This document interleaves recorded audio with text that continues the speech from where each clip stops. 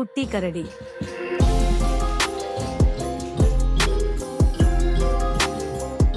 ஒரு மிக பெரிய மலைக்கு பக்கத்துல இருந்த காட்டுல ஒரு கரடி வாழ்ந்துகிட்டு வந்துச்சு. அந்த கரடிக்கு ஒரு குட்டி கரடி மகன் இருந்துச்சு. அந்த குட்டி கரடி எப்பவும் சுட்டித்தனம் செஞ்சுக்கிட்டே இருக்கும். இருந்தாலும் அந்த பெரிய கரடி, நீ புத்திசாலியா இருக்க, அதனால நீ எந்த ஆபத்துல இருக்கிறப்ப கூட உன்னோட புத்திசாலித்தனத்தை பயன்படுத்தி அந்த இடத்துல இருந்து தப்பிச்சிட முடியும்.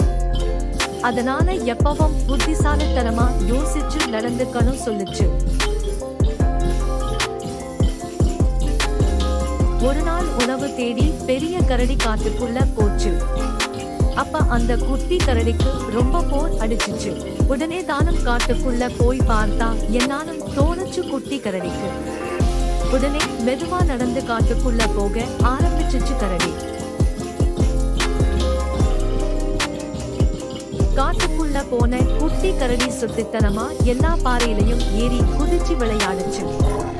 அப்ப திடீர்னு ஒரு உருமல் சத்தம் கேட்டுச்சு. பயந்து போன குட்டி கரடி சத்தம் வந்த பக்கம் போய் பார்த்துச்சு. அங்க ஒரு பெரிய புலி குட்டி கரடிய பார்த்து சிரிச்சுச்சு.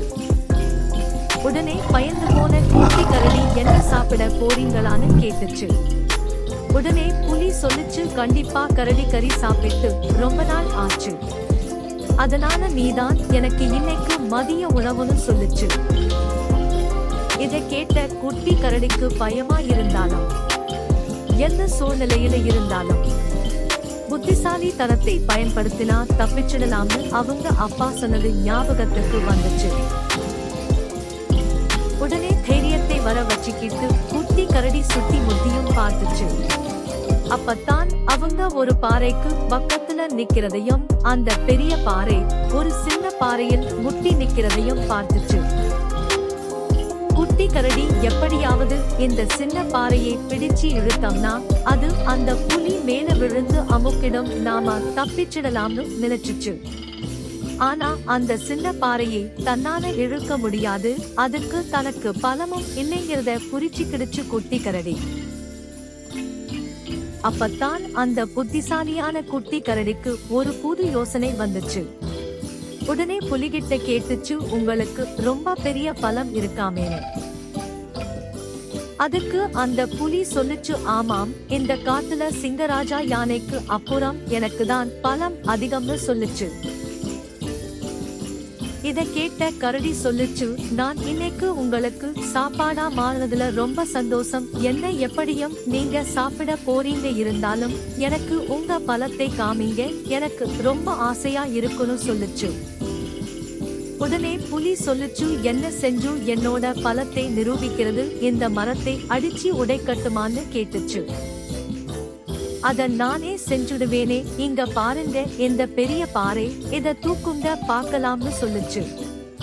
அதுக்கு புலி சொல்லுச்சு, இது இந்த உலகத்துல இருக்கிற யாராலையும் முடியாது, என்னால செய்ய முடிஞ்ச வேற ஏதாவது சொல்லு, நான் செய்யறேன்னு சொல்லுச்சு. அப்ப அடியில இருக்கிற அந்த சின்ன கல்லையாவது தூக்குங்கன்னு சொல்லுச்சு. உடனே அந்த புலி அந்த சின்ன கல்ல அசைச்சுச்சு. உடனே அதுக்கு மேல ஒட்டிக்கிட்டு நின்ன பெரிய பாறை புலி மேல விழுந்து நசுக்கிடுச்சு. இதை எதிர்பார்த்து நின்னுகிட்டு இருந்த குட்டி கரடி டக்குனோ அடுத்த பக்கம் ஓடி தப்பிச்சிடுச்சு. கொஞ்ச நேரத்துக்கு அப்புறமா அதை தேடி அவங்க அப்பா பெரிய கரடி வந்துச்சு. நடந்ததை எல்லாத்தையும் கேட்டு தெரிஞ்சுக்கிட்ட கரடி புத்திசாலியான தன்னோட மகனை ரொம்ப பாராட்டுனாரு.